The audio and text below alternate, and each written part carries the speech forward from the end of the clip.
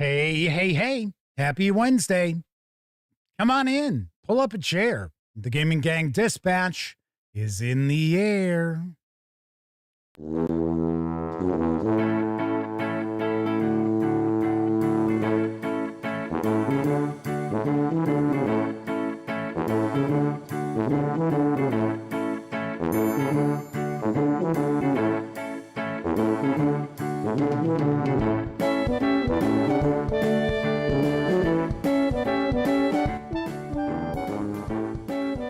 Howdy, gang, and welcome once again to the Duct Tape Studios.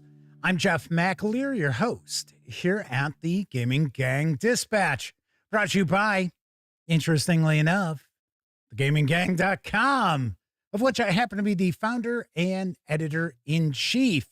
So welcome aboard, everyone. Tonight is Wednesday, February 11th, 2026. This is live stream 1286. Sixes are wild, I guess. So if you're not overly familiar with the show, let me point out, at least through tomorrow's show, we normally talk about the latest in tabletop gaming news. We really skew heavily into role-playing games around these here parts, and we will usually take a first look at a role-playing game release. That is the case tonight, as we're going to dive on in. We're going to take a look at Mind Over Matter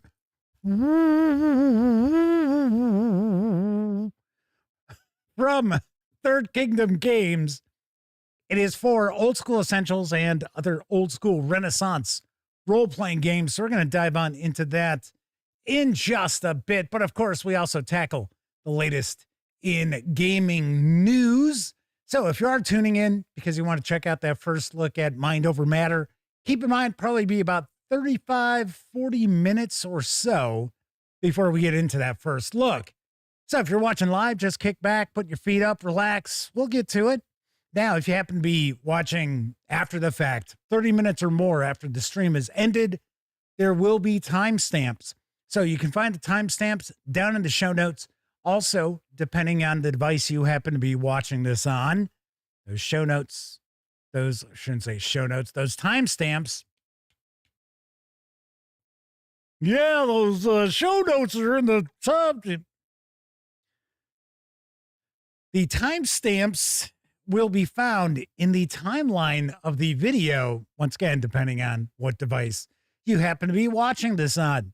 Now, when you're not watching anything on the Gaming Gang channel, be sure to visit thegaminggang.com for all the latest in tabletop gaming news, reviews, and a whole lot more you are not going to find here on YouTube. You know the drill. Get your geek on at thegaminggang.com. Had a little frog in my throat there. In fact, there it goes. Bye. It's joining the squirrel that was down here before. Bye. So long. See yourself out.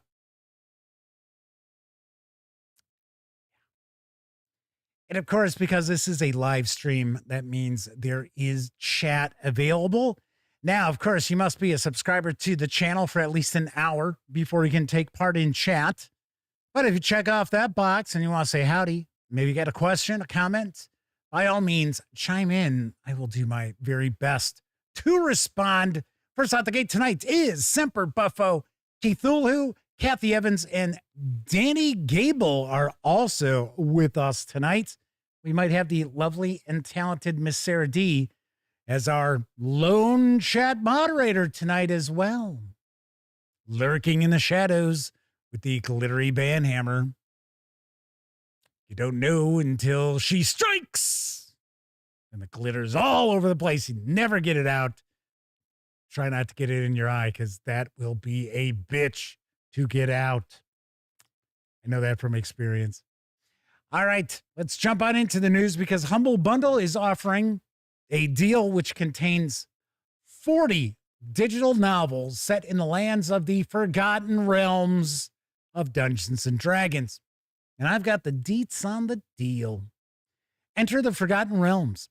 If you're a Dungeons and Dragons fan, you've likely heard of the Forgotten Realms, fantastical lands of magical creatures and powerful deities that exist in the shadows of our world. But have you ever traveled out into these dangerous places, hoping to unearth their secrets, perhaps have an adventure or two? Now you can, thanks to the newest bundle of 40 fantasy ebooks that come courtesy of none other than Wizards of the Coast. Here you'll find thrilling tales of devils, dark elves, mercenaries, and mages from all your favorite authors, including Aaron M. Evans, Richard Lee Byers, and Forgotten Realms creator Ed Greenwood himself. Spend all the coin you wish and dive right into one of fantasy literature's most exciting worlds and help support the education of children in need with First Book. Now, you can jump aboard for as little as $1. I'd buy that for $1. Or if you want to score all 40 of those books, you need to make a minimum donation of $18. Still not bad. We're talking less than $1 a book. In fact, less than 50 cents per book. Now, these savings do run through February 26th. And once again, your purchase will support First Book, which I do believe is a charity that tries to help needy kids get books in their hands when they're little, thus being called the First Book. So there you got that. Yes. Dr. Waits is with us tonight. I want to say that it might be a first-time visit in chat for the doctor. So welcome aboard. I see Pete's Draculich is also popping on in. We know this is certainly not Pete's first visit. You knew.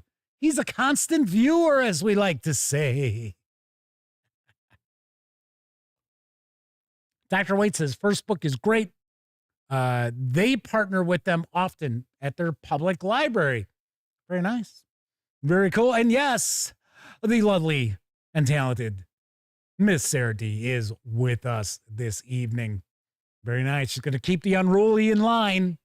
Not that we ever really have many people get unruly. We kind of thinned out those. I shouldn't even say that because we've had to boot, 2 people?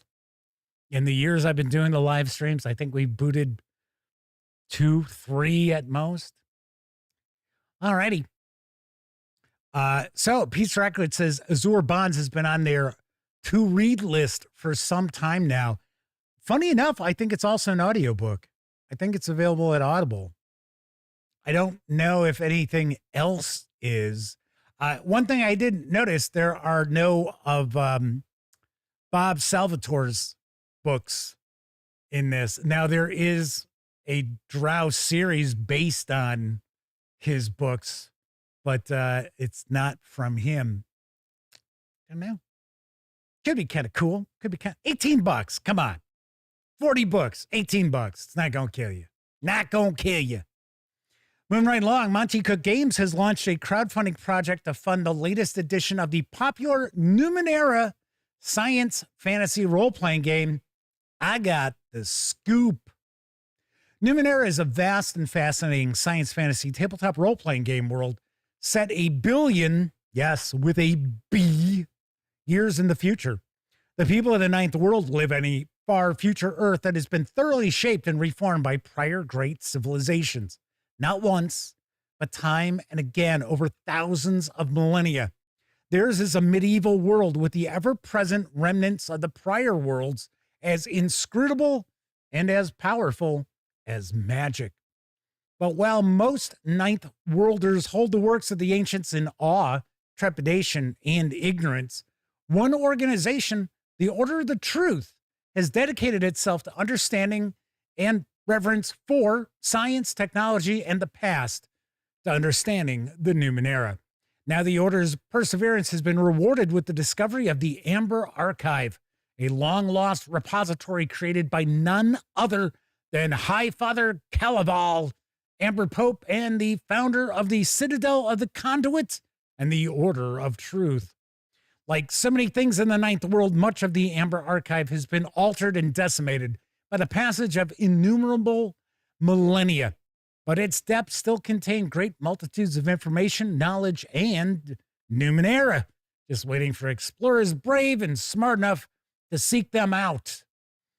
You're brave enough and smart enough to seek out the Numenera. That's right, it's waiting for you. This project contains 3 new volumes featuring our Earth a billion years into the future, where a multitude of civilizations have risen and fallen before your campaign even begins. Now, you want to keep in mind, this new edition is not going to be a standalone product. It is going to require the new Cypher Core rulebook, which is supposed to land in stores this summer. The Kickstarter funded within minutes, and you can reserve copies of the 3 new hardcovers with PDFs and the PDFs of the 2 previous core books for the previous edition for a pledge of $119. If you want to just score PDFs, you can do so. Oh, you know what? I said it was Kickstarter. This is actually on BackerKit, now that I remember it. Duh, it's BackerKit, Jeff.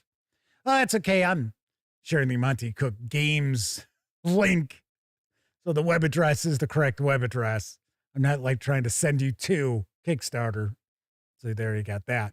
Anyway, if you want to just get the PDFs, you can do so for a pledge of $49 through March 13th. And I am working with Sean K. Reynolds and Shauna Germain to do an interview to talk about this new edition of Numenera. I gotta say, I have never actually checked out. Well, wait a second. I did check out the original core book because I reviewed it. That was way back when I would actually do reviews of PDFs. And it was pretty interesting. I'm kind of curious about the new edition of Cypher that's on the horizon as well, because I have reviewed the core book, the most recent core book, as well as some of the other games that are out there, like Old Gods of Appalachia and the Western one, High Noon at Midnight. That one is, I seem to recall that. Now some are standalone, like the Old Gods of Appalachia, and some you need the Cypher System book, like Neon Rain, which is from Sean K. Reynolds. I think it's a cool system. I still think the ciphers throw people off. I think that is something that is kind of difficult to come to grips with. And that's actually something I'm going to talk about when we do the interview. Hopefully we're lining it up for maybe sometime next week. All right, let's talk about saving you more money, because there is a Valentine's Day bundle, which is over at Bundle of Holding. It is focused on 2-player storytelling games or role-playing games. And here's what I know about the bundle for 2 for Sweetheart. I mean, adventurer. Just in time for Valentine's Day, this all-new bundle for 2 for brings you the 4th fresh-faced assortment of tabletop role-playing games for 2 players. Lure that special someone with short, quick-play games about Regency romance heists, a monster and prospective victim dining together, a millionaire courting a soulmate who may be the right one, or maybe totally wrong. Or take date night in new directions. Explore an alien structure that will kill you. Play mad scientist versus eldritch creation. Become a former supervillain just trying to enjoy retirement. And then there's I Have the High Ground, a game of, well, it might make your rendezvous memorable. For just $9.95, you'll get all 7 complete duet games in this collection, which has a retail value of $55 as DRM-free PDFs. There's Chiron's Doom. You're on the latest expedition into a weird alien structure that tore apart all of your predecessors. I Have the High Ground, a pre-duel warm-up of melodramatic threats, slashing wit, cape flourishing, and smoldering tension. Insatiable cravings. The monster's admirer is making a meal for the monster as the monster decides whether to make a meal of the admirer. There's $1 Million Soulmate. A millionaire looking for love has found, well, someone who brings out either the best or the worst in both parties, and you don't know which until the end game. There's a modern Prometheus. A scientist uses dark forces to animate a creature. You both play to see which of you is a monster. And we've also got Retired, the ordinary life of a former supervillain. After a couple of decades of mayhem and robbery, you just want to live your ordinary life. Why won't the world leave you alone? And finally, we've got Stealing Your Heart. You're two young people in the Regency period looking for love. Or is one of you, in fact, a scoundrel? Scoundrel. I like the sound of that. These savings will run through February 18th. There you go. So, you could get together with your spouse, significant other, somebody maybe you got your eye on. Maybe both your eyes are on them. Not too shabby. There you go. All right, moving right along.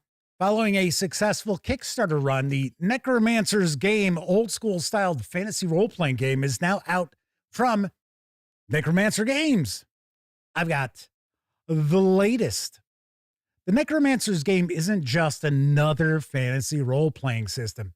It's a love letter to the origins of the hobby and a bold reimagining of how role-playing should feel. Inspired by the legendary white box/brown box rules of 1974 and refined through decades of play, this fast-playing rules-light system puts the story first and the math a distant second. Built for speed, creativity, and deep immersion, this box set is perfect for GMs and players who want meaningful decisions, clever solutions, and lightning-fast gameplay. Whether you're a veteran game master or just writing up your first character sheet, the Necromancer's Game will have you telling stories, solving mysteries, and outwitting monsters in minutes. What makes it different? This is not a murder hobo game. Combat is deadly. Advancement comes from clever play, exploration, and storytelling, and many encounters can be resolved with zero bloodshed. In fact, no experience points are awarded for combat. Instead, players gain experience through story goals and discovering treasure. This approach emphasizes planning, diplomacy, and improvisation over brute force. You'll find 11 iconic classes fully balanced and refined. Choose from a classic lineup of bards, clerics, druids, dwarves, elves, fighters, halflings, magic users, paladins, rangers, and thieves. Oh my! Each class has its own unique role in a party and distinct strengths, and all classes have been carefully balanced to ensure fairness and usefulness at every level. More than just combat, parlay, lore, and exploration. The Necromancer's Game includes all new mechanics for parlay and negotiating, lore checks, wilderness travel, and morale, with each offering role-playing depth without ever slowing down the game. These systems are simple and easy to use and keep players in character and immersed. Lore checks use a quick D6 mechanic tied to class knowledge. Fighters might know tactics and siegecraft. Rangers will know wilderness lore and beasts. Wizards understand magic and artifacts. Bards, well, they drink and they know things. It's that simple. Exploration is core to the game. Travel has purpose and tension. You won't just roll on a table to get there safely. You'll decide how to camp, what routes to take, and how to survive the wilderness. Using creative strategy to avoid combat, bypass traps, or parlay with intelligent foes is possible and encouraged. The box set with PDFs, I think it's multiple PDFs, might just be one big PDF, does carry an MSRP of $119.99. If you want to grab just the PDF, it clocks in at 551 pages. You can get it over at DriveThruRPG for $69.99. And I have got to say, I am really curious about this. Sadly, I really don't have any relationship with Frog God Games or Necromancer Games. Now, this is Necromancer Games, but it's actually through Frog God Games. So that's how that works. But yeah, weirdly enough, and it's funny too, because I reviewed Swords and Wizardry when it was from Frog God Games. And I liked it. I liked it a bunch, but that was it. That was the last time. But yes, I'm really curious about this. I had posted this news piece already. In fact, I posted this news piece as well as the news piece for the Numenera backer kit, not Kickstarter, Jeff, backer kit. And somebody had commented, I think it was over on Blue Sky. They were asking about this. They're like, well, what makes this different? And trust me, I just read a lot of sell sheet info. There's way more than that. There's way, way more than that. So I got to say, this really does have my interest peaked. It really, really does. Because this does sound like something that's not just another retro clone. Not just, well, I don't like to use the term fantasy heartbreaker. I think that's kind of a stupid term. But I don't think that this is just another, hey, let's knock off something that's based on OD&D. This does sound like it's going to be kind of unique. Dr. Waite says they used to write for Necromancer Games, and maybe they'll be at GaryCon. I may be at GaryCon for a day. All depends. I know Stephen Glicker from Roll for Combat wanted to offer me a ticket to go. The hotels weren't so damn expensive. I would actually go and go to GaryCon for the entire, well, I think it's like 5 days. I don't think I'd go for all 5 days, but I would go for more than just a day. But man, I'll tell you, for some strange reason, Lake Geneva thinks that it is still some sort of big destination, and it's not. And it's also March, and it snowed like crazy 2 years ago when Elliot and I were up there. It was nuts. But Dr. Waite says it's a great con. Yeah, we had fun. We went to the Founders and Legends. The first year, we actually got press passes. They gave us press passes to go. And it was kind of a waste of kind of their passes because nobody wanted to get on camera and talk. They're all like, nah, I'm just here to hang out. Like, okay. Peace Dracula says the Froggies are great. Like I said, I mean, I reviewed Swords and Wizardry way, way back in the day and liked it a bunch. And that was it. I don't know. I don't know. Agile Monk is with us in chat, as is J-Man. Welcome back to both of you. Agile Monk said the Necromancer's game arrived for them a week ago, and so far they are very impressed. I kind of dig the artwork it's very Lovecraftian Cthulhu mythos, right? So there's like, there's one piece of art where, and it's supposed to look like medieval artwork. And they're a bunch of men-at-arms, it looks like. I don't think they're knights, are taking on an elder thing. It's like, okay. Or a great old one. Isn't that what they're called at the Mountains of Madness?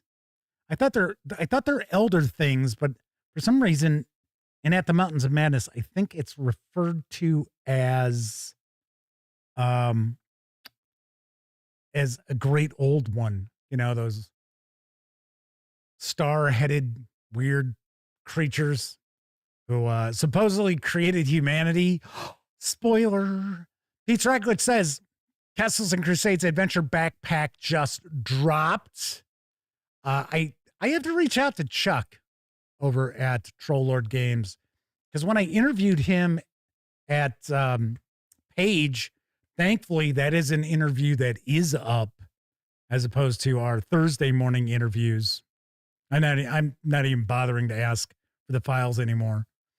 Yeah, so Keith Lewis says they are elder things, but Barlow's Guide to Extraterrestrials called them old ones.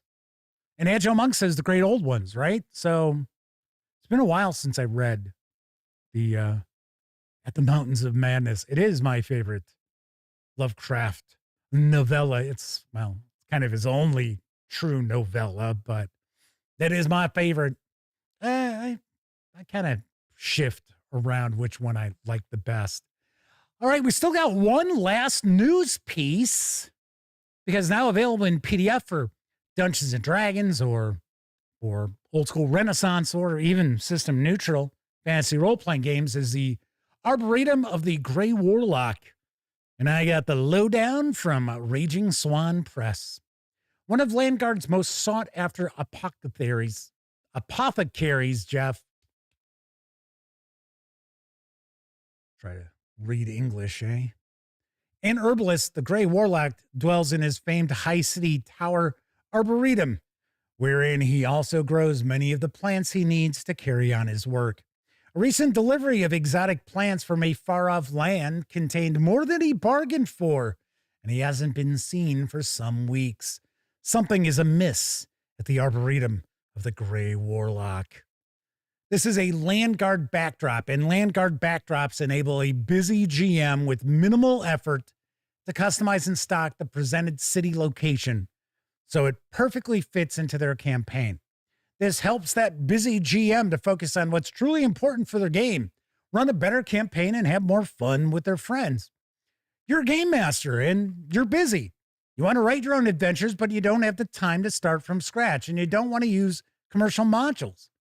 You want to make your campaign your own. Well, that's where the Landguard backdrop line comes in.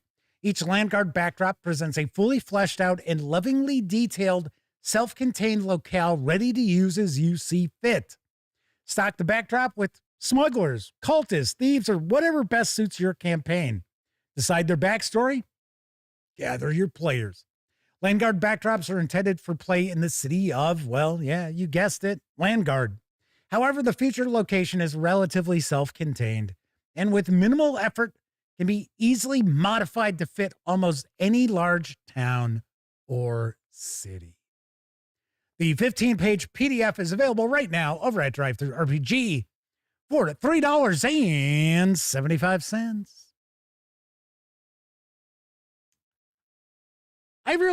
At some point, I really should try to touch base with Raging Swan Press. I don't know how much stuff they release physically, though. I know they do some stuff, but they always seem to have some pretty interesting stuff. I don't necessarily think I'd want to take a peek at all of the stuff that comes out from Raging Swan, like some of their like dungeon backdrop stuff, where it's like a list of 100 different things. I'm not a big list guy. So, but still, I like sharing Raging Swan Press news pieces from time to time. It's like I said, they look like they have some pretty solid releases. All right, that is it for the news tonight. Of course, I mentioned DriveThruRPG a few times. Don't forget, the Gaming Gang, thus the Dispatch, is affiliated with the One Bookshelf sites. So if you're going to go visit DriveThruRPG, Storyteller's Vault, Dungeon Masters Guild, Wargame Vault, any of the various different One Bookshelf sites, please stop by thegaminggang.com first. Click on one of our banners. That way, if you happen to make a purchase, I get 5% of that sale. And really, those nickels, dimes, and quarters do add up and help keep thegaminggang.com around. Also want to mention, there are two big sales currently going on over at DriveThruRPG. Cubicle 7 Games is celebrating the 40th anniversary of Warhammer Fantasy Roleplay. So their PDFs for, I believe it's all editions, because Cubicle 7 has the rights to all 4 editions now, 40% off. So those PDFs are 40% off. And then Artel Saurian Games is currently running a Cyberpunk Red sale, and it is 50% off the vast majority of their PDFs. I think Interface Red issue 5 is not for sale. Well, is not part of the sale, I should say. It is for sale, but yeah, it's brand new. So, but that is 50% off on Cyberpunk Red, the vast majority of that. So pretty nice, pretty cool. Anyway, if you like the video, give it a quick thumbs up. If you like the video, if you dig the channel, if you find the Gaming Gang to be a valuable resource, hell, if you just like what we do, there are a couple of other ways that you can support the outlet. First, by making a one-time donation by way of PayPal. Hell, you can buy me a 2-liter bottle of soda.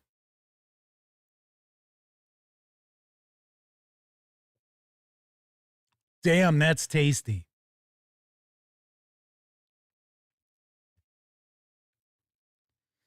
Or you can become a monthly member of our Patreon. You will find links down in the show notes. Also, down in those show notes, you're going to find an invite link to our Discord server. It's free to sign up. Be sure to hang with the gang over on Discord. Yay.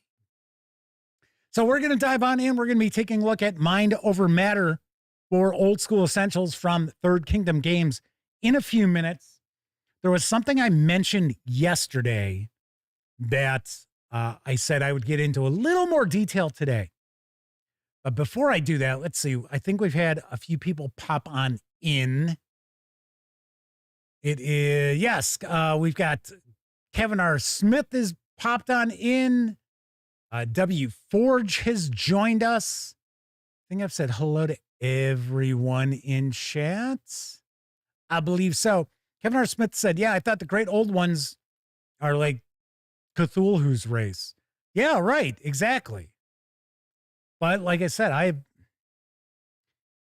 have heard, the elder things referred to as great old ones too. So I'm like, Agile Monk says Raging Swan Press has been good to them so far. So they give them props. Nice. Very nice. Anyway, so I have mentioned this a few times over the years. And what I've been talking about has been proven by Rodney Smith, who is behind What to Play or how, no, is it How to Play? He does the How to Play videos. And I mean, he's done hundreds of them. He's been doing them for years. So I guess somehow, I don't know all the backstory to this. I only know like the final result. So I guess Rodney was involved with some outlet, obviously YouTube outlet and things like that called Game Night Picks. So this is one of the reasons why I really don't have much interest in like reviewing board games from like everybody out there, because there are so many board game reviewers out there. The vast majority,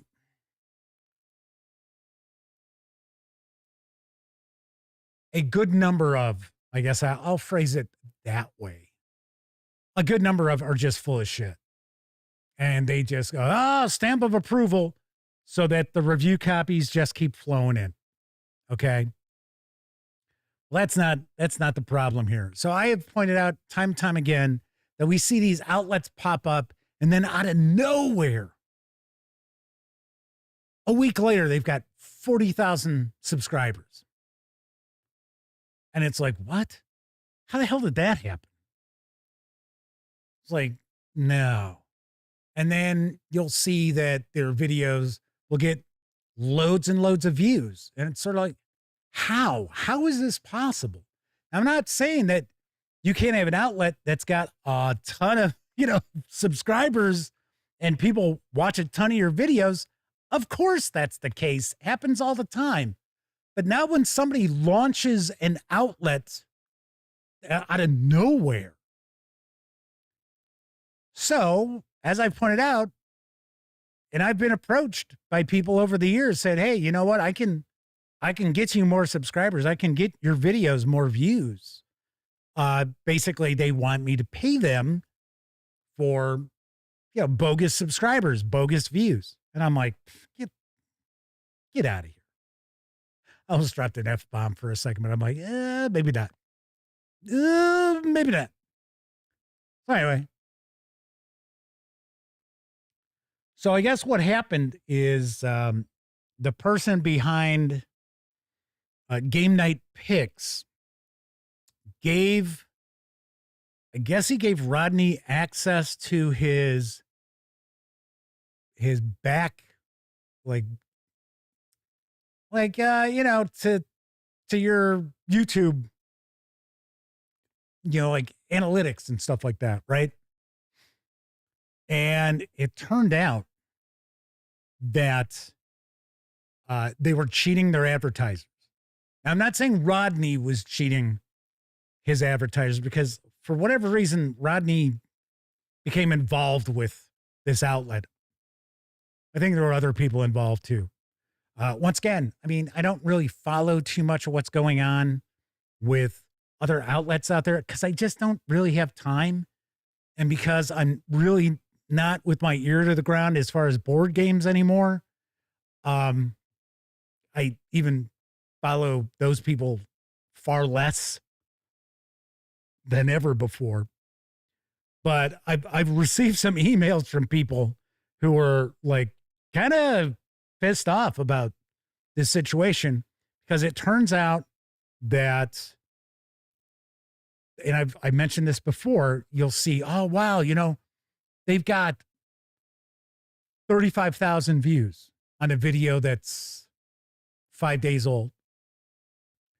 And I've pointed out, when you're looking at crowdfunding projects, you'll see what I like to call them the usual suspects. It's the same outlets over and over and over again doing the Kickstarter or backer kit or Game Found reviews.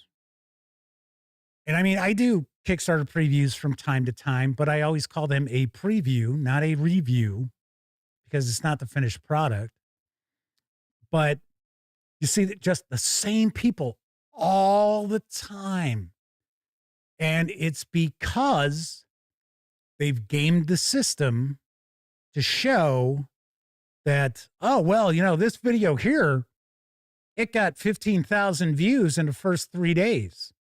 And people are like, oh my gosh. And then it turns out of those 15,000 or 50,000 views or whatever, that only about 3% of those views are still watching that video 30 seconds in.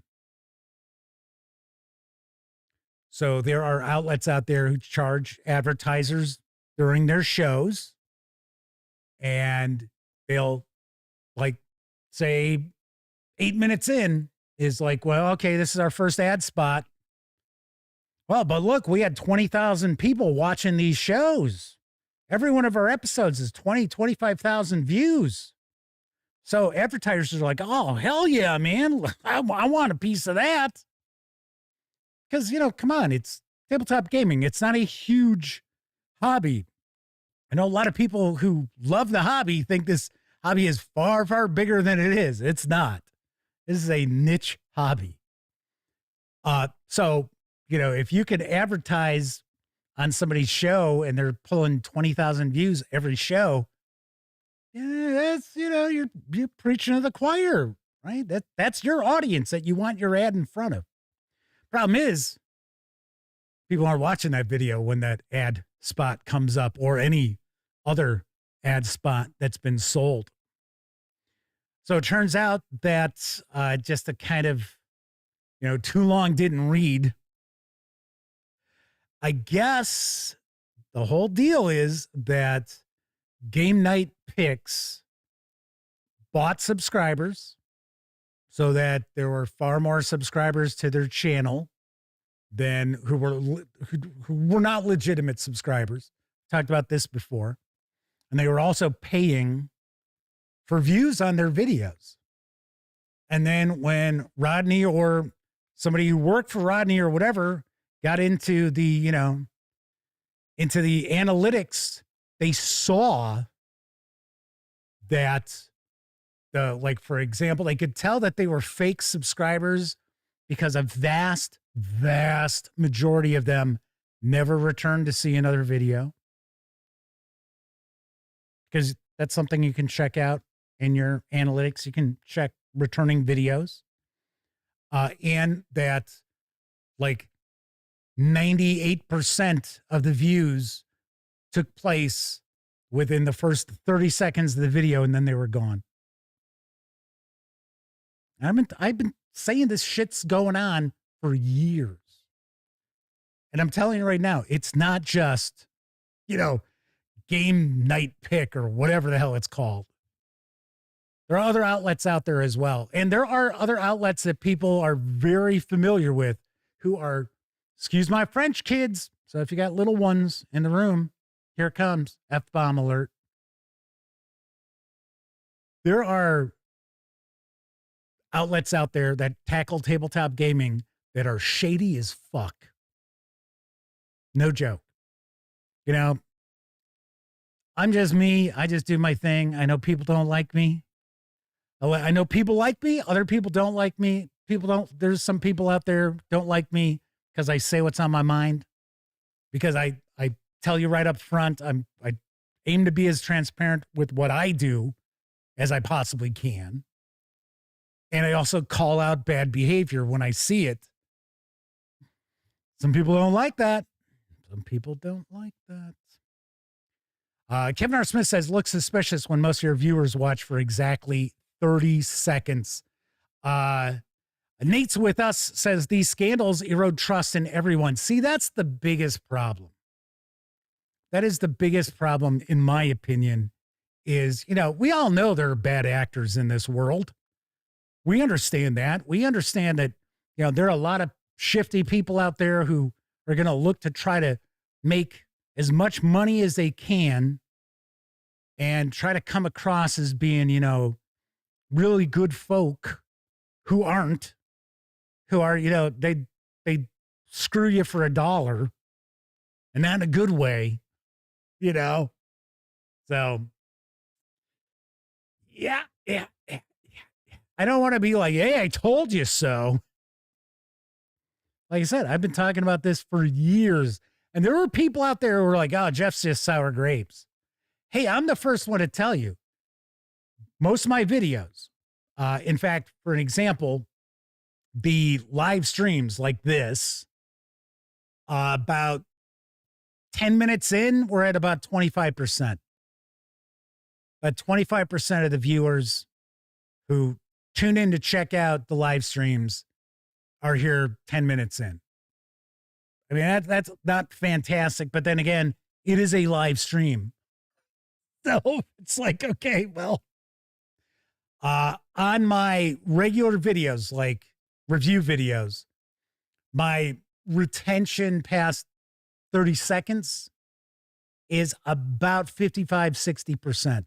And I understand I'm going to test something out because I like to get my, hey, if you like the outlet, support the outlet stuff right out of the way, right up front before I get into like the review and stuff. And I understand that there are some folks out there who do not like that. It's like they expect like, hey, video starts and boom, we are into the review. And when I don't do that, they tune out. So yeah. So just being honest, but no, I don't, it's not 3%. And I have never, ever paid for a subscriber or a view or a visit to my website ever. I don't even do like AdSense ads for Google. I don't even allow Google ads on my website. Anyway, Keith Lewis says, you're not wrong, Jeff. No, I know I'm not wrong. Mark Hawkswell's with us tonight. I don't think I said hello to Mark. Keith Lewis says, keep telling it like it is. Well, that is also another reason why, if you were not watching last night, I made the announcement that starting next Tuesday, from here on out, the Gaming Gang Dispatch is just going to be news only. And we'll do a little chat. We'll, somebody's got a question or something. Well, we'll do about an hour for the show, but we're not doing any more first looks. No more live first looks, simply for the reason that, I'm getting killed. I'm getting killed on that. I am monetarily not squeezing, the amount of monetization that I could be out of videos by doing the live first looks, because people see it's an hour and a half video or more usually. And they're like, hour and a half. I'm not watching that for no hour and a half. As opposed to, like, if it's a standalone video, it's like 10 minutes. If it's a review, it might go a little longer than that. But anywho, so yes, as of next Tuesday, we're going to just go back to only doing the news. I like doing the live streams. And I mean, we seem to like max out usually on average at about 500 views for the live shows. It varies depending on what we're looking at, of course. But, some of the smaller companies or things that are kind of off the wall that I might take a peek at, we might end up with like 350. And then other stuff from, like, if we do a first look at a Chaosium release, it's about, 900, 1,000, 1,200, something like that. But the reality is, if I were to share those as standalone videos, there would be far more views. So anyway, but I don't want to stop doing the live shows because I enjoy it. So if I'm just doing news, I mean, if we end up with 200 views on a live stream, I'll be like, whatever. That's fine. That's like, okay. And I will also be a little sillier and kind of, talk about some subjects that maybe I wouldn't necessarily talk about if I'm sharing a first look at a publisher's game books, right? Like last night, it was a Paizo preview. I didn't necessarily want to get into all the, nitty gritty, which I still didn't get into the nitty gritty, but I gave you pretty much the overview of what's going on with game night picks. And is that even the name of it? Because that's kind of a stupid name for an outlet, game night picks. Oh, I guess it's probably just them shilling games. Oh, this game's great. I don't know. I've never watched it. I have no idea. Anywho, so I will be far more willing to dip my toes into like the Sam Healy stories and stuff like that if I'm just doing news, as opposed to, sharing something from a publisher who was kind enough to send me something. So speaking of publishers who are kind enough to send me something, publishers kind enough to send me some. Yeah, they sent me some. Something. We are going to get on into our first look at Mind Over Matter in just a few moments. But first, I think it's time for a brief intermission. It's intermission time, folks. Time out for a delicious snack in our sparkling refreshment building. Every item a fresh, appetizing taste treat. Taste tantalizing hot tamales, tangy, tasty barbecues, served piping hot. tender, tasty hamburgers with all the trimmings. Thirst-quenching, refreshing, ice-cold drink. Sizzling hot dogs, bursting with juicy goodness. Crispy, crunchy, hot buttered popcorn. Really good. Golden brown French fries. Fresh baked taste delight for young or old. Refreshing, delicious, satisfying ice cream. Candy bars, a taste-tempting array.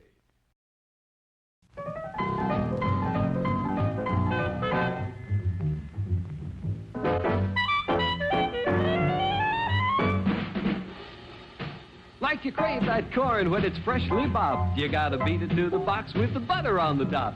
Get with it, man, start strolling down to the sweets that you're rolling, the best in town. Our candy's real gone, if I'm understood. To all you squares, that means the confection is positively delicious. Cork that stuff, give me 5, let me send you into this nutty jive.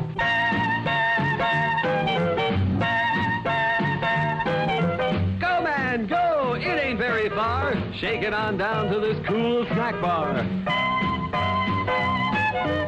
Come on, Jill, give us a treat. A friendly pepper-upper with a tasty beat. Drink Dr. Pepper, Dr. Pepper, 'cause it never lets you down. Frosty, man, frosty. Hey, kids love Indians, and they'd give an Indian some tricks. The corn cereal with fruit-flavored goodness. How, Indian? How, kids? How about give Indian tricks? Okay, if you do a real Indian rain dance. But I don't... No dance, no tricks. What can I lose? I love tricks fruit colors. Raspberry red, lemon yellow, orange. It's really raining. Yahoo! I get the tricks. Hey, you're just a silly rabbit. I am? You are, and tricks are for kids. The big G stands for goodness.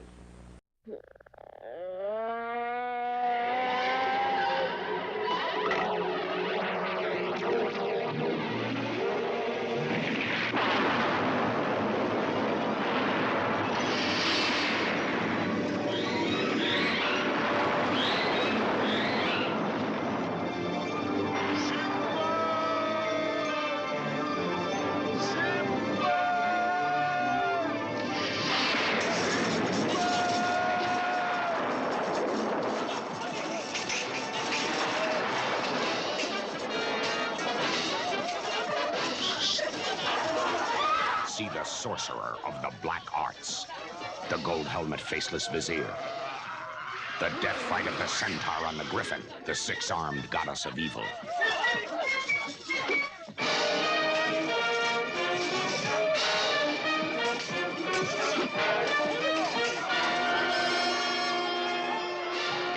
The flying homunculus.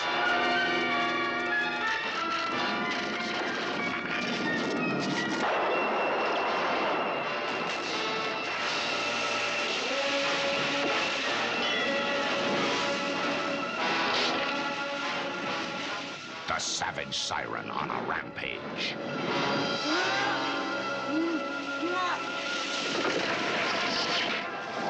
The duel with the vanishing sorcerer.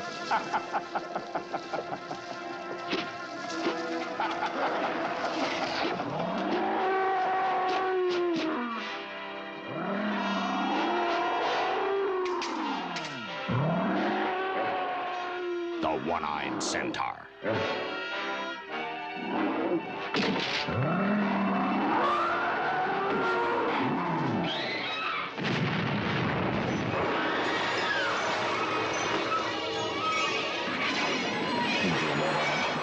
The oracle of all knowledge.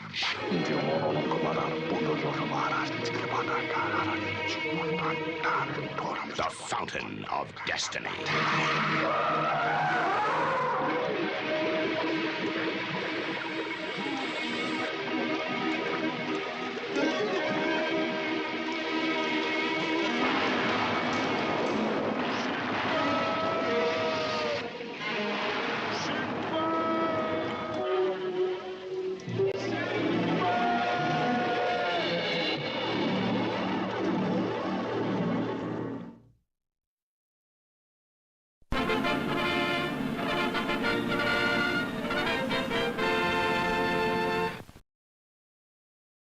Enough of the Dinorama already. It's stop motion. Just let it go. I am actually shocked. Kevin R. Smith says they've heard of the Golden Voyage of Sinbad, but have never seen it. I got to say, I am shocked to see Kevin say that.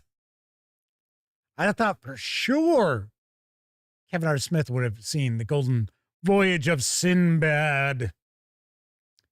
All right, one last thing I wanted to mention before we jump on into Mind Over Matter. I want to give a big thank you to our Patreon members. That's right. So, tip of the cap to Adrian Carpio, Kubal, Kevin R. Smith. Hey, that name sounds familiar. Sean O'Donnell, Herman Lutman, Gustavo Cavalho, Matt Weiss, Kevin King, GameCat, RPG Munch, Tier 2 DM, Pete Straklich, Dan Webb, Tessie Trekkie, Agile Monk, and the Madman. Thank you very kindly. All right, so tonight we are going to dive on in. We are going to take a peek at Mind Over Matter for Old School Essentials from Third Kingdom Games. This 177-page A5-sized hardcover with PDF carries an MSRP of $36.95 over at DriveThruRPG. Or you can grab just the PDF alone for $16.95. All right. Swing on over to the other camera because here I've got Mind Over Matter. A few things I want to mention before we jump on in. First of all, my friends over at Third Kingdom Games were kind enough to provide me with this review copy. But neither I nor anyone else affiliated with the gaming gang has received any other sort of compensation. You know, we've been talking about that kind of stuff tonight. In order for me to share this first look. Now, of course, we're not going to look at each and every page of the book, but I do want to give you a good feel for what you're going to find inside. And I think this is player facing. I don't think there's any adventures or anything like that in here. So I don't think there's anything you have to worry about if you're a player and your game master is running OSE or any other old school Renaissance sort of role-playing game. Mind Over Matter is a book written for old school versions of the world's most popular role-playing game. It includes 2 versions of psionics. One, the traditional system of disciplines and devotions, but using activation rolls instead of psionic points. And the other based on the rules from Tome of Battle, Book of 9 Swords. 12 psionic classes, including Battle Master, Luck Thief. Damn you, Luck Thief, give me my luck back. Psi Warrior, and more. Rules on adapting existing magical items to psionic ones, as well as creating new psionic items. Rules on creating new psionic monsters, and a dozen examples. While written for OSR games, the contents of this book can easily be adapted to other games as well. Dr. Waite says they loved the 2nd edition Advanced Dungeons & Dragons psionic system.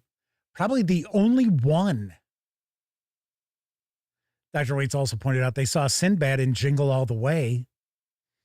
Yeah, that was after his voyages were over. All right, so here we've got our credits page. Given some credit where credit is due. Then we got our introduction.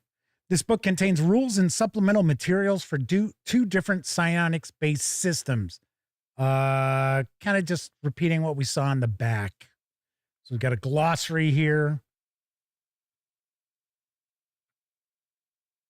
The science of psionics. The basics. Using psionics requires a character to achieve and maintain a state of mental clarity and inner reserves. Well, that leaves me out. The powers one possesses are rarely easy to manifest and often take their toll, both physical and mental, on the character. The practice of psionics is divided into 6 disciplines, each one associated with an ability, strength, intelligence, wisdom, etc. Each discipline contains a number of devotions or powers that are categorized as minor, moderate, and major. To use a devotion, the character must roll a specific die and achieve a result within the target range. A minor devotion is successful on a roll of 1 to 5, moderate 1 to 3, and a major on a roll of 1. That I'm guessing it's a 6-sided die. Kevin R. Smith is asking, didn't they redo psionics for Dark Sun to make it a little less broken? Pete Strakowicz points out that psionics are important, especially if you wanted to play Dark Sun. Got to be honest, gang. Some of you probably aren't aware of this, but I'm sure there are others watching. We're like, yep, we know this, Jeff. As far as D&D went, it was AD&D, and my friends and I were all checking out from Dungeons and Dragons prior to the Jeff Easley covers. And then I took a peek at some 4th edition stuff. In fact, when we launched the Gaming Gang, it was still 4E. And so for the most part, outside of maybe some adventures that I'm aware of what the subject is or, you know, what happens in them, I don't really know a whole hell of a lot about the various different editions, or like even stuff like Dark Sun or, you know, Ravenloft. Not a whole lot. Really don't know a whole lot about, you know, outside of what they're supposed to be about. And, you know, how people all say that there's no way that you're going to see a Dark Sun from Wizards of the Coast that's anything like the original Dark Sun. So let's see. Jeff Woody Art is joining us, popping on in from South Korea, I believe, during their lunch hour. So welcome aboard. Good to see you. I think I've said hello to everybody. Yeah, I believe so. I always try to, you know, make sure I say hello to everyone. Agile Monk also points out that they've seen the Sinbad movies numerous times. So you got some of the devotions. So we have things like clairsentience, psychokinesis, psychoportation, telepathy, metacreativity, fickle fortune's favor is minor. So we're going to get a breakdown of each of these. So as an example, let's take a look at danger sense. Ooh, my spider sense is tingling. Activation time, 1 round. Duration, 1 turn. Range is personal. Character senses are finely tuned and on full alert. They gain a +1 bonus to avoid surprise, a +1 bonus to initiative, and their chance of setting off traps is reduced by 1. If a trap is set that would target the character, they make any applicable saving throw with advantage. So, mishaps. The effects are reversed for the duration, with the character suffering a -1 penalty to the above rolls and making any saves against trap effects with disadvantage. So if they roll, like I said, I think it's a 6-sided die. Oh, it's a 20-sided die. Yep. So I want to use my major power. I got to roll a 1 on my 20-sider. I doubt it. Doubt it very highly. Let's see. Let's find another interesting one. Hey, we got a little bookmark. Here we go. Disintegrate. Major. Activation time, 1 round. Duration, instant. Range of 60 feet. This ability can be used to target the living or unliving. Against either, it reduces a portion of the target's mass to fine dust. This devotion is automatically blocked by a cube of force or other similar effect. No more than 9 cubic feet can be affected by a single use of this ability. A psionicist, I think that's how that would be pronounced, cannot disintegrate an entire mature oak tree, but they can certainly put quite a hole in one. If the target has no stat block, the effect happens automatically.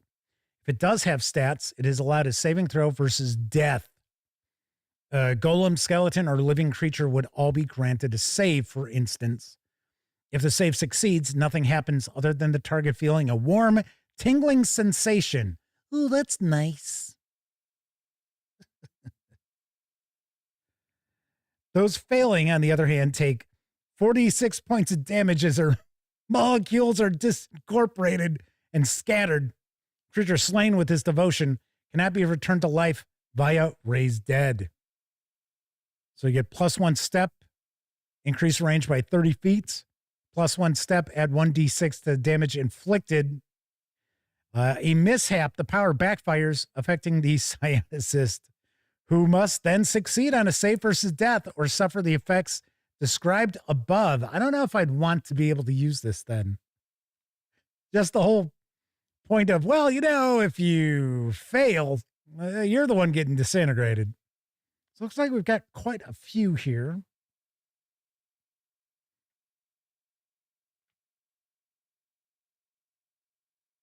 Let's see. Dream Traveler.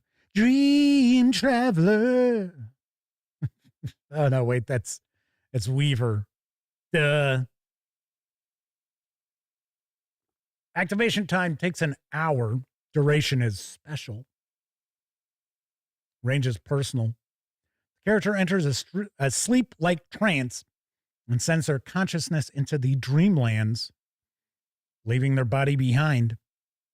+1 step, the character can bring another 2 individuals with them into the dreamlands, providing all affected creatures are touching. Information on traveling in the dreamlands is in Populated Hexes Monthly, number 9. Also from Third Kingdom Games. On a mishap, the character finds himself lost in the liminal space between the dreamlands and the mortal world and requires assistance getting back into their own body. Until this happens, the character's body is inert and unconscious. So it's essentially astral travel. There you go, Peace Racklish. Astral projection is awesome. Agile Monk wants me to sing it. Agile Monk is better than having to roll a 1 on a one-sided die or a 2 on a one-sided die. That'd be pretty tough. So it looks like quite a bit of page space is devoted to these. What's our next section here? I like how we do have each section along the side so you can see right here, over there. We have the Path of 7 Blades. There exists in the world 7 reclusive secret orders that train aspirants in the riddle of steel, combat techniques that meld body and mind into singular cohesive action. These orders comprise 7 schools or moments in 8 different classes, each teaching a different philosophy to their students. The Battlemaster and Sword Sage are 2 of these classes and are presented later in the book in the classes chapter. Note that the options presented in this section are mostly martial in nature, might not be appropriate for a setting or game that's focused less on fighting. 1,000 burning suns. So you get supernatural control over heat and flame. Ever-blowing wind. Those that study this moment are fleet-footed and constantly on the move. Got the beast within. Practitioners of this moment give themselves over to the savagery of the wild animal. Then it looks like each has different maneuvers. And then we get a breakdown of different maneuvers, such as bone-crushing blow. A successful attack made in conjunction with this maneuver deals an extra 1d6 points of damage. Additionally, if the target is capable of regeneration, it is suppressed for a number of rounds equal to the attacker's level. Flashing Blade. The character can make an additional attack during their turn. Any modifiers from their current stance apply to this attack as well, although the character cannot cleave if they've already done so in the round. And then we have stances.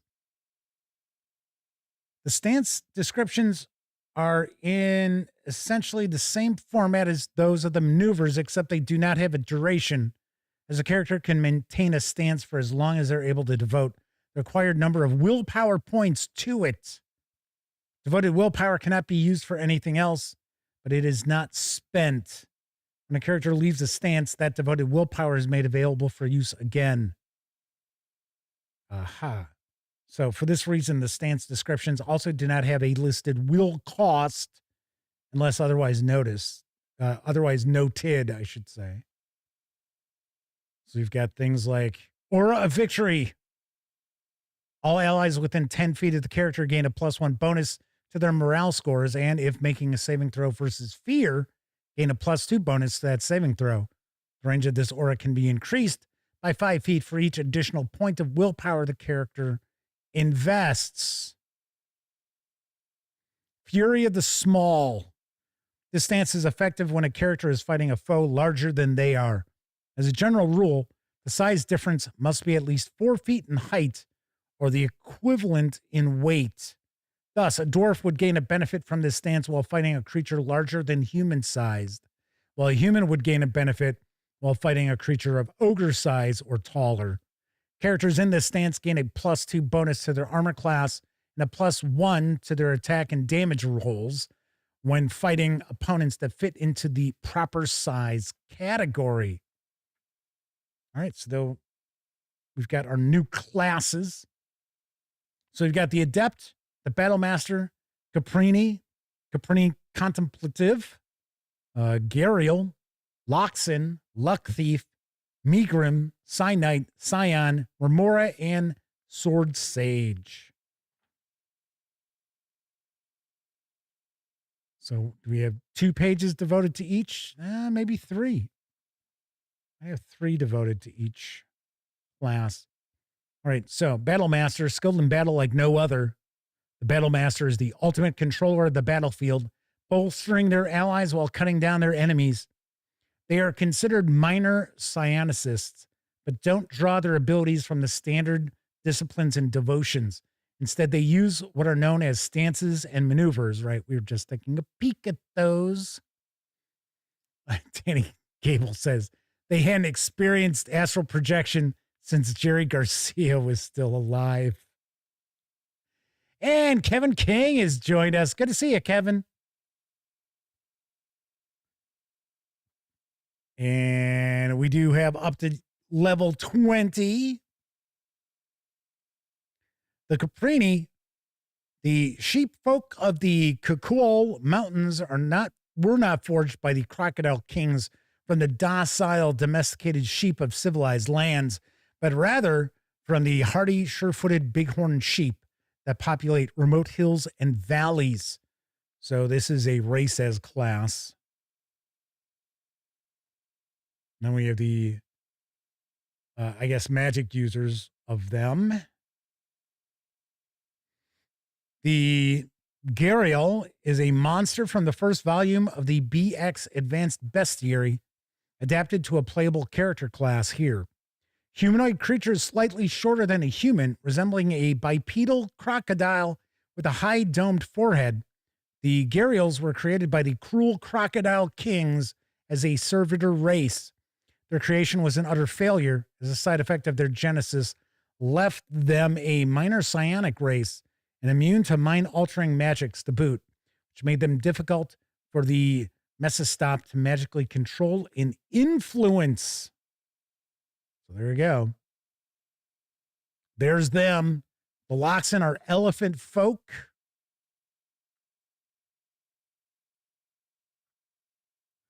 Here's the Luck Thief. A rare class, Luck Thieves are humans that are somehow able to affect reality and probability within a narrow field around themselves. In order to qualify as a Luck Thief, the character cannot start play with any ability score lower than a 9.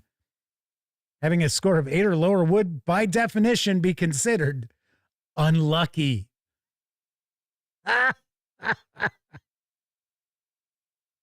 Well, I guess that would be true. I like that. It's kind of cool. They attack and save as clerics, and if using the cleave rules from Into the Wild, also cleave as clerics.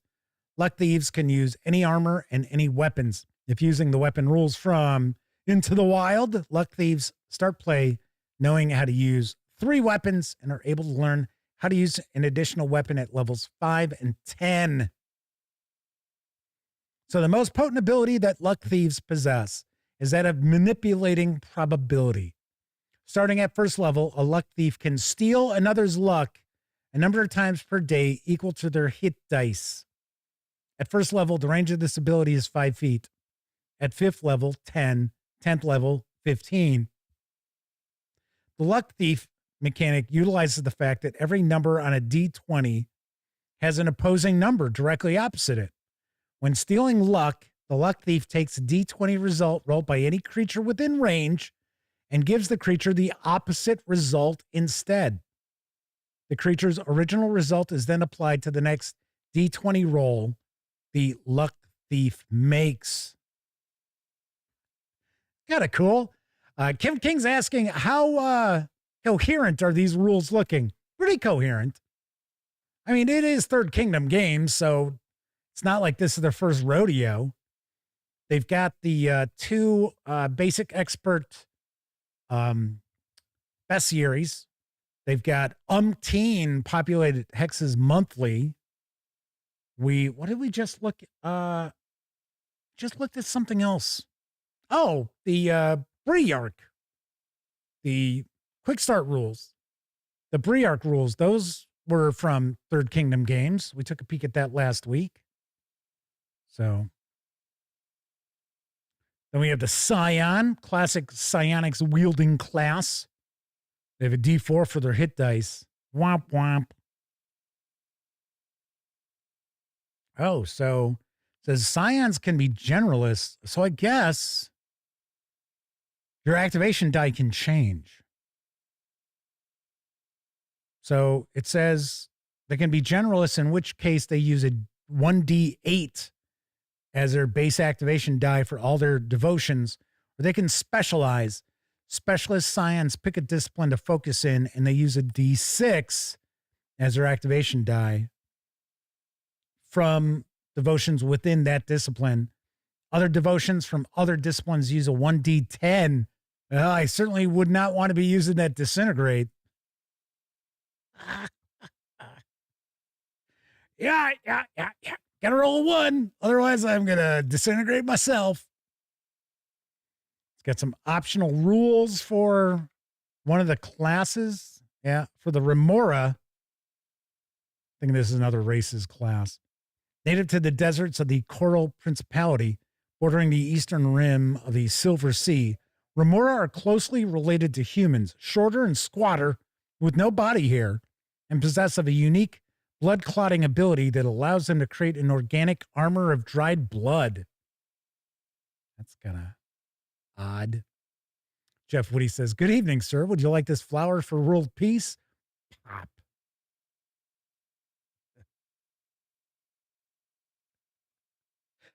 My best friend Elliot Miller and I will jokingly make references to Airplane just completely out of the blue. And we like to throw out enough for this white zone bullshit.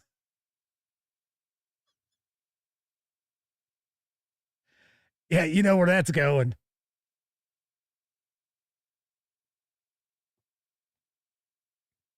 Gosh, you know what? I ought to bust that movie out. I have not seen that movie in decades. But I remember seeing that when it first came out, and I was, I don't know, 12. Went to the movies by myself. And I laughed my ass off. And there were boobs. It was like, oh my gosh, this is fantastic. But yeah, weirdly enough, I was always a pretty bright kid and pretty well read. I think I mentioned before that I was, in 6th grade reading Stephen King. 5th grade, I'm reading Stephen King and Peter Straub. Other kids are doing book reports on Nancy Drew and Hardy Boys, and I'm like, okay. So I read Ghost Story. Yep. That was me. That was me. So we got the Paragon. Now we got Psionic Objects and Creation. So we've got rules for creating various different, they're psionic items as opposed to magic items. Crafting stuff.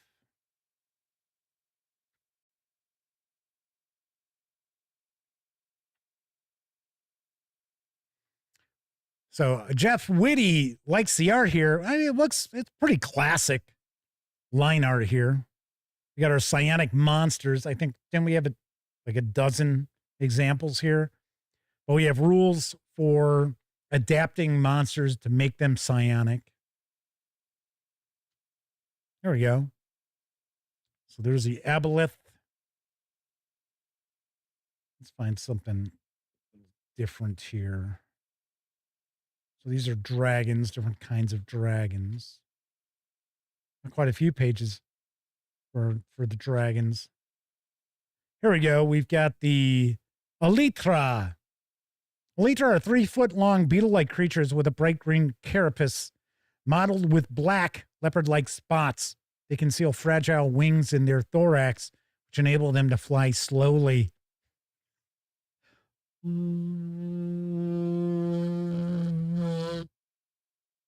It said slowly.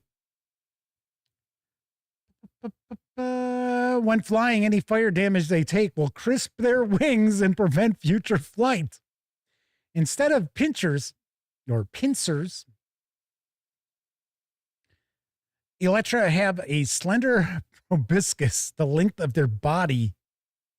They use their proboscis to feed, not upon flesh and blood, but upon psychic energy. Yes. So, information about them in combat. We also get some info about their society. They're insectile predators possessed of nothing more than animal intelligence. They exist only to feed and breed. A lot of people like that.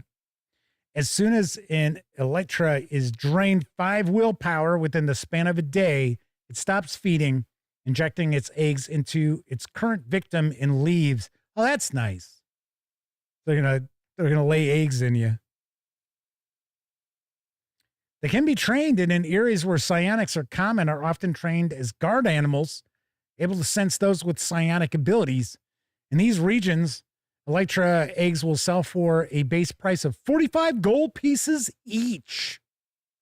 If what he says, good plan, feed and breed.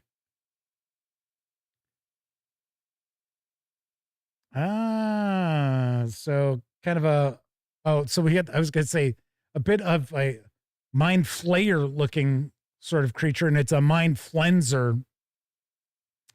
I don't know. It looks very similar to something else. Tall humanoid creatures with octopoid heads and mouths surrounded by writhing tentacles. Mind flensers dwell deep underground. They are extremely intelligent, extremely cruel, and enjoy nothing more than dining on the brains of humanoids. Brains. The more intelligent their victims, the better. No, guess they're not going to enjoy eating my brain. They've constructed great cyclopean cities deep underground in the deeps with hundreds of flensers and thousands of humanoid slaves, and from there select members of their race make raids and sorties on the surface to further their machinations. Mind flensers are an alien, inscrutable race, not from another plane or dimension, but rather from the far future, having evolved to live in a world where the sun has died and darkness covers the earth. It is said they are the children of Cthulhu and other elder gods, created long after humanity was driven to extinction. But all things must end, and at the end of time, the most powerful flenser wizards and psionicists transported their remaining city through time and space to the current era, where they now dwell and plot to resume control of the surface world. Kevin R. Smith says, hey, totally legally distinct. Why, yes, they are. The Shadow Wolf. I think that's it. I think we're coming to the end. Yep. Open game license information. And also some other stuff from Third Kingdom Games. There you go. That is a peek inside Mind Over Matter. New psionics for old school games. That is from Third Kingdom Games. And of course, it's for old school essentials. It's for any OSR. Well, you could probably tweak it just about any fantasy role-playing game. Very nice. I will have a review of this in the not too distant future. Danny Gable says they wrote a book report on The Exorcist. Her mom got a call on that one. Yeah, weirdly enough, I went to a Catholic grammar school, so nobody bent out of shape when I would do like a book report on Salem's Lot. Let's see, I remember I did a book report on The Stand. I used to read when I was a kid. I read constantly. Summer afternoons, we had an enclosed front porch. We had a couch on it, and I would hang out on the couch, and I would go through 800 pages of books in a day. They're about. So, Dr. Waits asks, is Catholic grammar different than regular English grammar? I know, I always say grammar school. A lot of other people say grade school. But I mean, funny thing is, years and years ago, before I was born, it was always called grammar school because that's where the kids learned grammar. The 3 R's.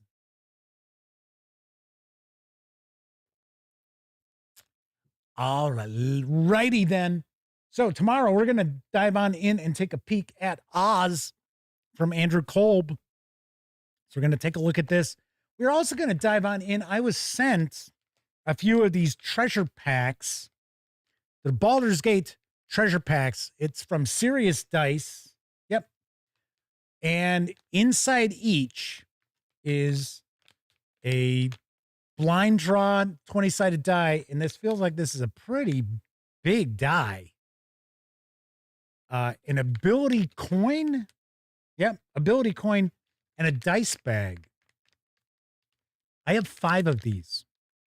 So I think we will take a peek. I guess we'll open them all. We'll take a look. See what we've got. Pete Trackwood says they're reading Night Winds by Carl Edward Wagner. Isn't it pronounced Wagner?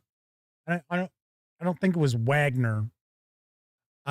Funny enough, I would like to check out the Kane stories. But damn, they are they're not in print anymore. And lots of luck finding them, secondhand without being charged an arm and a leg.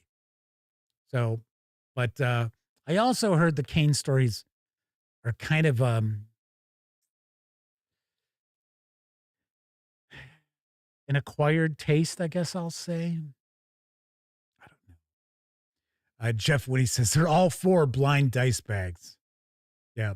Yeah. There's supposed to be some rarities in the dice and stuff like that. I'll take a peek to see what's going on, but I think there's 20 different dice. So we will find out. Peach Record says it's good. They found a Centipede press copy. It's gorgeous.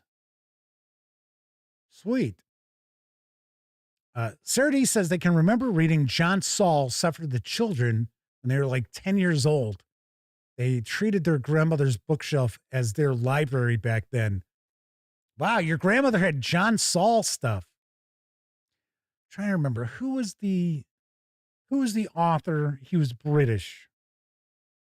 And he was really well known for just coming up with some really batshit crazy situations. And he was a horror author. And he did, I think it's The Rats. He used to always, the titles for many of his books were, The Whatever. I think there's one, it's It's The Mist or The Fog. And no, it's not the same as the John Carpenter movie, The Fog. And he would always have these really whacked out like situations. And a lot of people really disliked the author. They didn't think he was a very good author. God, I can't remember it. Peter Straub was pretty straight up. Peter Straub really was more of a modern Gothic author than anything else. Is his last name Herbert? I mean, because I haven't read anything from him in 40 years. Got to be about 40 years or so since I read it. John Herbert? I don't know. But yeah, he would really come up with some I'll give you a great example. So one of the situations is, I want to say this is The Fog or The Mist or whatever. And what happens is, if I remember correctly, now we're going way back,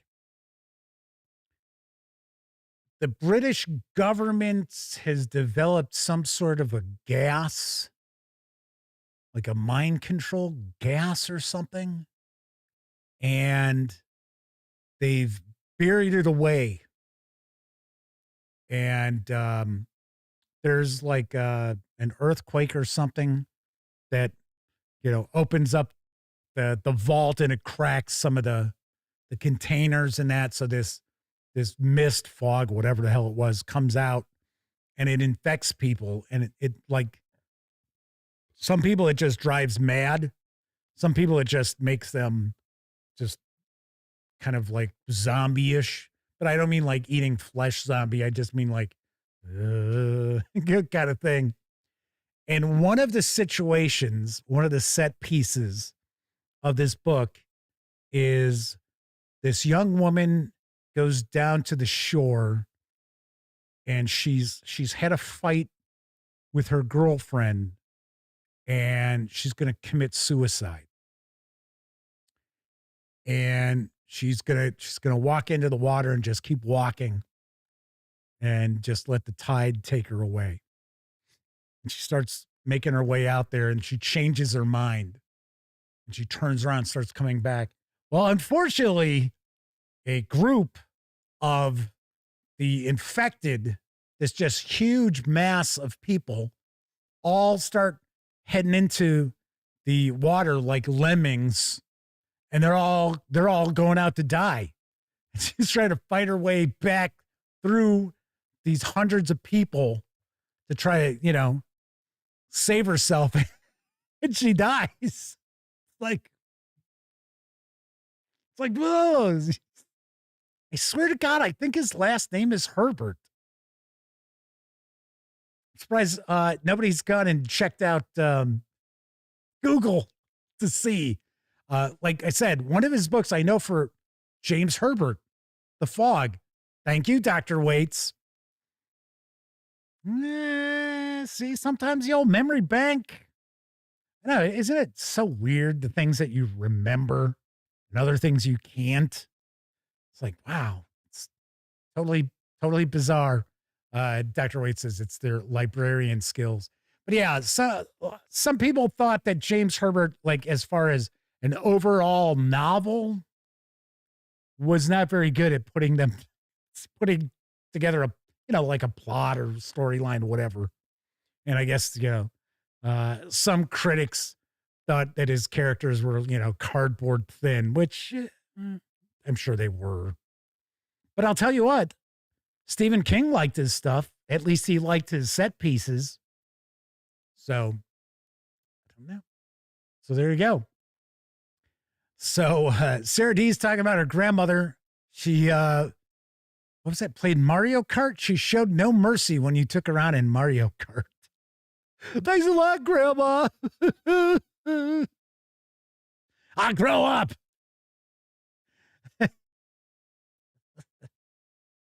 Kind of wild. All right. Sardi says her grandmother was born in 1937. My dad was born in 1936. And her grandmother owned every Nintendo console except the Wii. Read John Saul, Dean Koontz. Read a little bit of Dean Koontz back in the day. I never got into Clive Barker. And weirdly enough, I'm not super big on horror movies. I liked horror novels. But horror movies, to me, most horror movies nowadays are just about the gross out. They're just aiming for the big gross out moment.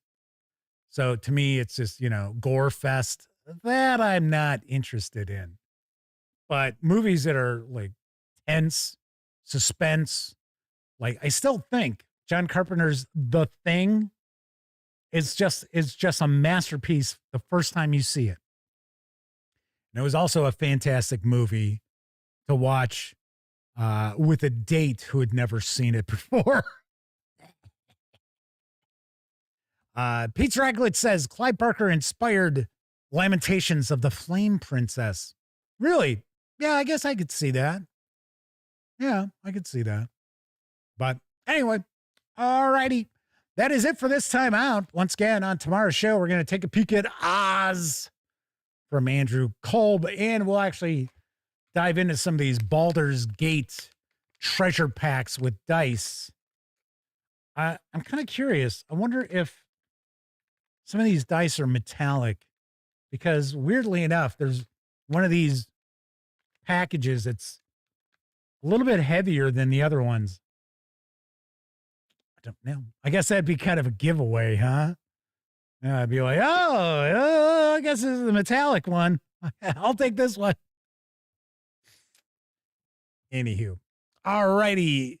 So if you were watching live, thank you very much. If you watched live and took part in chat, tip of the cap to you, because not only are you keeping me company, also keeping each other company while I'm sharing the news, or for the next day, sharing a first look at a role-playing game release.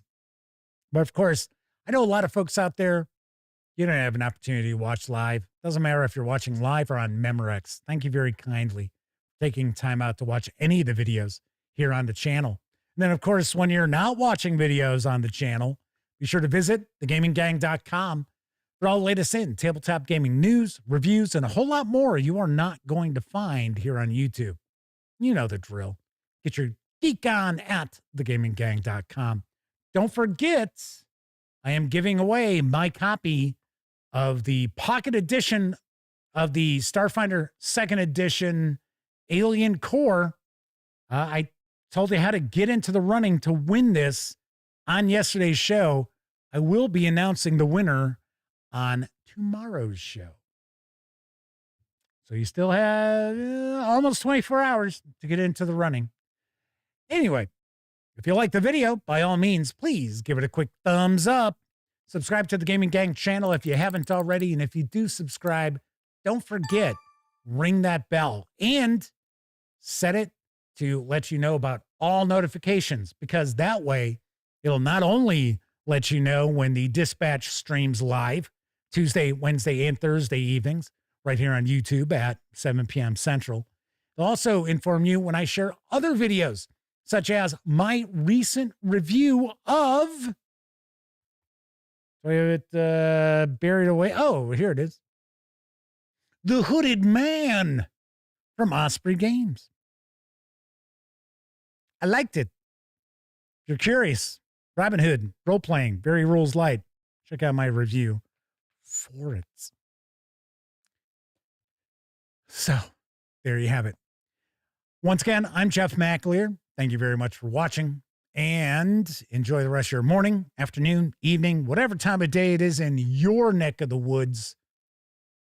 And as always, I certainly hope each and every one of you gets to enjoy plenty of great gaming with your gang.